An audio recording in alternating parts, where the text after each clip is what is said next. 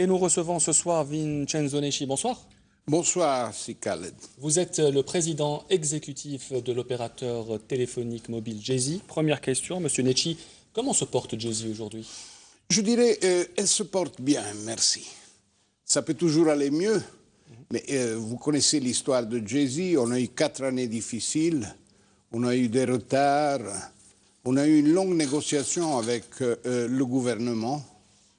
Et donc, depuis janvier 2015, Djezzy est un nouveau Djezzy. Djezzy est une EPE où le Fonds national d'investissement et Wimpelcom sont ensemble pour créer un nouveau Djezzy. À ce sujet, puisque maintenant il y a de nouveaux actionnaires, comment ça se passe avec Wimpelcom? Est-ce que ça se passe bien dans l'ensemble? Donc, dans l'ensemble, je pense que ça se passe très bien. Je ne peux pas être juge et parti. Ouais. Donc, mais je pense que la relation que nous avons nouée entre les deux actionnaires, après ces années de discussion, est très profonde et solide. Nous avons, avec le Fonds national d'investissement, un dialogue constant, chose qui ne veut pas dire que nous renonçons à notre responsabilité de management de la société. Dans le cadre des accords, Wimpelcom a la responsabilité de la gestion. Et nous en assumons pleinement donc la tâche.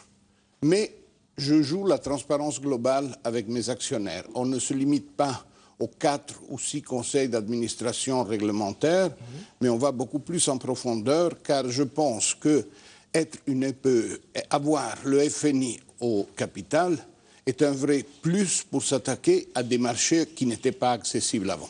Alors, vous êtes arrivé après vos concurrents sur le marché de la 3G, ça on le sait tous, et aujourd'hui, vous vous lancez bientôt sur le marché de la 4G. Est-ce que c'est une manière pour vous de redécoller? C'est un nouveau challenge, la 4G aujourd'hui? C'est un nouveau challenge qui s'inscrit dans l'histoire de Djezzy. Djezzy a toujours été le leader, l'innovateur. Nous avons lancé en retard la 3G, oui c'est vrai, mais le 3 décembre, nous allons couvrir la totalité des 48 wilayas du pays et nous offrirons une égalité de traitement à tous les citoyens d'Algérie. Nous avons maintenant, et le fait de m'avoir invité ce soir, je dois dire que le hasard fait bien les choses. Ce matin, le journal officiel a publié les 3 décrets de licence de la 4G. Ça veut dire donc que le gouvernement a donné le feu vert au lancement de la 4G. Ça veut dire que dans les jours qui suivent, nous serons notifiés de cette licence et l'autorité de régulation va approuver les offres que nous allons leur soumettre. Et après, la guerre commence. Voilà, donc, la guerre va commencer. La guerre va commencer et oui, nous nous sentons particulièrement prêts à cette guerre. À la gagner ou à gagner quelques batailles ou à gagner toute la guerre? Il faut gagner la guerre, cher ami. C'est-à-dire, c'est important de gagner des batailles, mais il faut que le résultat final soit là. Après avoir perdu la guerre de la 3G, on n'a pas perdu la guerre de la 3G. On a eu de retard de la 3G. Mais j'ai toujours dit, depuis qu'on a eu cette licence 3G, que, avec tout le respect pour Usain Bolt, nous préférons être des Makloufi, des coureurs de fond. Alors, que va apporter concrètement la 4G, Vincenzo Nesci, aux Algériens, aux consommateurs, aux utilisateurs algériens? Elle va apporter toute une série de services à large bande et à une vitesse qui est bien supérieure à la vitesse de la 3G aujourd'hui. Elle va apporter aussi tout le développement d'un écosystème. Car c'est bien d'avoir la 4G, maintenant il faut avoir le contenu. Il faut avoir des start-up, il faut avoir des sociétés qui soient à côté de nous pour développer du contenu. Et je crois qu'il n'y a pas de pays sur ce continent qui soit mieux placé que l'Algérie. Depuis environ 5 ans, je suis maintenant en Algérie, je peux dire que j'ai apprécié l'Algérie, que j'ai appris à l'aimer. Et si je regarde en arrière, ce pays, en 54 ans, a fait un effort incroyable dans le domaine de l'instruction. Dans les 54 ans d'indépendance, il y a eu 107 universités qui produisent chaque année entre 1 million et 1,5 million d'étudiants qui ont leur diplôme et qui donc sont sur le marché du travail. C'est pour eux que nous allons développer notre 4G, et avec eux. Et pour revenir à la 4G, est-ce que vous serez concurrentiel? Est-ce que vous êtes armé pour faire face à la concurrence sur la 4G? Qui n'est pas armé pour faire face à la concurrence est mort. Donc, vu que je vous ai dit que nous sommes en bonne santé, j'ai l'intention de rester et avec les équipes que nous avons, avec le nouveau directeur général qui nous a rejoint il y a quelques mois, nous avons bien l'intention de développer notre bonne santé. Et en parlant de concurrence, le groupe Ooredoo aujourd'hui a un nouveau patron, il s'agit de M. Hendrik Castel. Est-ce que vous vous apprêtez à collaborer avec lui ou est-ce que la concurrence interdit toute collaboration? Écoutez, la concurrence loyale ne peut être que bénéfique au pays. Est-ce qu'elle est loyale aujourd'hui, la concurrence avec eux? J'espère que dans le futur, elle sera loyale. Elle n'a pas été par le passé? Ce n'est pas moi qui va vous le dire. Nous allons écouter maintenant aux appréciations à des questions de quelques Algériens consommateurs qui ont bien sûr un téléphone Nos chers mobile. clients. Exactement, vos chers clients, on les écoute. On n'a pas demandé de quel nom était leur puce, mais ils vous posent une question aujourd'hui. On commence par la première question. Les dépenses que je fais chaque jour me reviennent assez cher. Au quotidien, je dois recharger 200 à 300 dinars. Ce serait bien si le prix de l'unité pouvait être revu à la baisse. Monsieur Netchi, en France, il aura fallu des années pour que les consommateurs gagnent la bataille de la tarification à la seconde. Peut-on s'attendre à une telle chose en Algérie? Je pense que la tarification à la seconde est dans les tablettes de l'autorité de régulation. Je sais pas, je suis pas dans les secrets des dieux, mais ça nous fait pas peur. Un jour, je sais que ça va arriver, donc il faut être prêt. Il faut être prêt. Il faut que ce jour soit proche ou loin?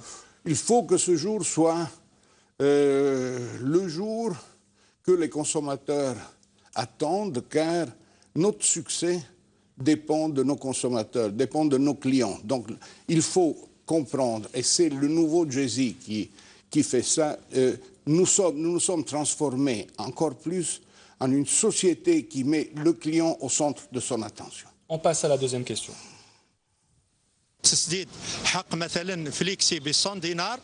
Lorsque je veux recharger mon crédit par voie de Flexi, par exemple, je suis obligé de payer 10 dinars supplémentaires au vendeur. À qui est-ce que cette taxe profite et est-elle légale d'un point de vue juridique? Alors, il y a toute une polémique sur cette taxe de 10 dinars lorsque les consommateurs font un Flexi. À qui profite cette taxe, monsieur Netchi? Alors, c'est pas une taxe, car le seul habilité à imposer des taxes, c'est le gouvernement. C'est une charge que certains des distributeurs, des différents opérateurs mettent sur la recharge. Je dirais que c'est pas légal.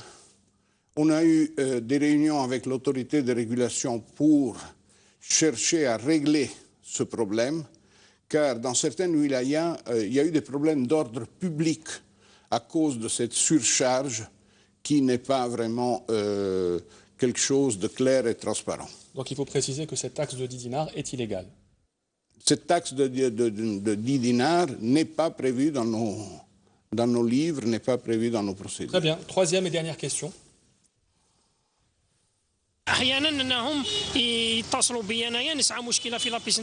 J'ai beaucoup de contacts qui rencontrent des problèmes en essayant de me joindre. On me dit que mon téléphone était éteint alors que ce n'était pourtant pas le cas. Je pense que la qualité de la couverture doit être améliorée. On va parler de couverture et de réseau, monsieur Netchi. Est-ce que le réseau Jay-Z aujourd'hui, la couverture de votre opérateur est comme elle doit l'être? Est-ce que vous êtes satisfait de cela ou est-ce qu'il y a encore des améliorations à faire? Nous sommes sur 41 wilayas avec une qualité qui a été jugée excellente par l'autorité de régulation. Nous avons passé tous les tests que l'autorité de régulation nous impose. Nous avons fait un très gros effort pour remettre à palier le réseau 2G qui n'avait pas pu être remis à palier pendant 4 ans et demi. Nous avons évidemment encore des efforts à faire. Nous avons investi presque un demi-milliard de dollars dans les derniers 2 ans et demi. Et notre CEO, Jean-Yves Charlier, lorsqu'il est passé en Algérie l'avant-dernière fois en avril, a donné une interview et il a bien dit qu'il va investir $1 milliard sur les prochains 5 ans. Et tout ça, évidemment, pour pouvoir offrir le mieux du réseau. Donc il y a toujours des choses à améliorer. Il y a toujours des choses à améliorer. Il y a toujours une évolution technologique à suivre. Il y a toujours quelque chose à faire. Et pour revenir à la 4G, M. Necci, quand est-ce que le consommateur algérien pourra y avoir accès? Est-ce que c'est une question de mois ou de semaines? Aujourd'hui, le décret a été publié. Dans les jours qui suivent, peut-être même déjà demain, la licence nous sera octroyée officiellement, nous sera notifiée. Nous pourrons alors, quand je dis nous, c'est Djezzy et nos deux concurrents, nous pourrons notifier à l'autorité de régulation les offres que nous allons mettre sur le marché. Ça commencera donc l'examen de ces offres et le jour où nous recevrons le feu vert de l'autorité de régulation, on pourra commencer le service commercial.